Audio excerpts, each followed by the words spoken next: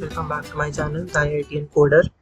This is a video editorial of Problem B, putting bricks in the wall of CodeForces round 676, division 2. So this is like a easy problem. It was a very straightforward problem and you can just see the problem and get the solution. So what is given in the problem is there is a person Rogers Waters and he has a square grid of size n cross n and he wants to traverse his grid from the upper left 1, 1 corner to the lower right corner.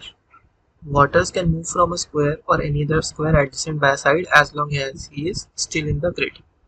So also except for the cells 1, 1 and n, n, every cell has a value 0 or 1 and he can only move to an adjacent cell if the digit is same as what he has chosen. Okay, and we want to make him not traverse his path from the 1, 1 cell to n cell, and we can invert the value of any cell from 0 to 1 or 1 to 0, and we are given a binary like 0, 1 strings of n cross n, and the first position is s and f. We cannot invert those, and we need to make him not go from s to f. So what do you get as the solution? It's very easy, right? I will explain it to you from this diagram. So there are only 4 cases, not 4, yeah, there are only 4 cases. Either there are 0 zeros, either there are 1 zeros, either there are 2 zeros, either there are 3 zeros, or there are 4 zeros, or there are 5 cases. Okay, so if there are 0 zeros, then what do we do? It means that okay, what this case is like, this is s, this is position that we are counting x, and then this is f, and this is x, this is x. Here we are counting the number of zeros in x. Okay, so if there are 0 zeros, that means all of these are ones. S 1 1 and f 1 1. We can do at most 2 operations. So if I change both of these to 0, then there is no way in which I can, then in order to move from s I have to choose the digit 0, and there is no way I can choose a digit 0 and enter f. So that means we just change 1, 2 and 2, 1. Similar argument holds for 4 zeros, 1, 2 and 2, 1, because all are ones.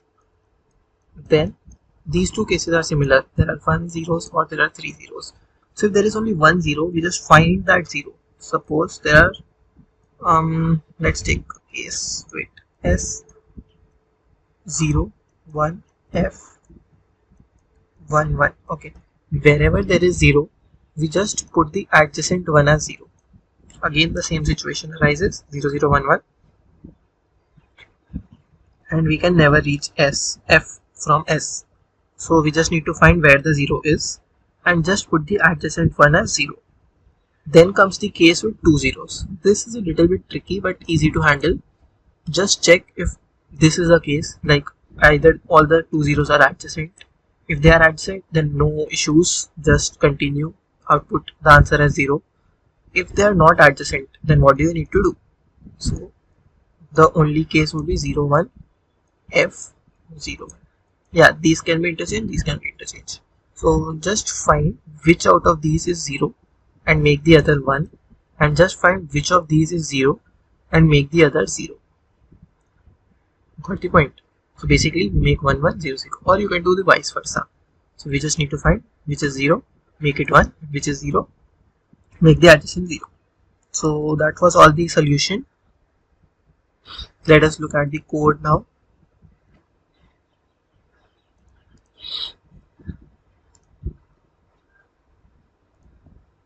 Fine.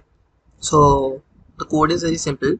We just take the number of test cases first, then we take the integer n, then we create a string of n, like n strings, and we take in the n lines or rows as n strings. Then we just This vector is not needed, I just created it for testing. And then we just count 0 1 1 0, n minus 1 n minus 2, and n minus 2 n minus 1. These are basically these positions which I have marked x 0 1 1 0, n minus 2 n minus 1 n minus 1 n minus 2. These are the positions.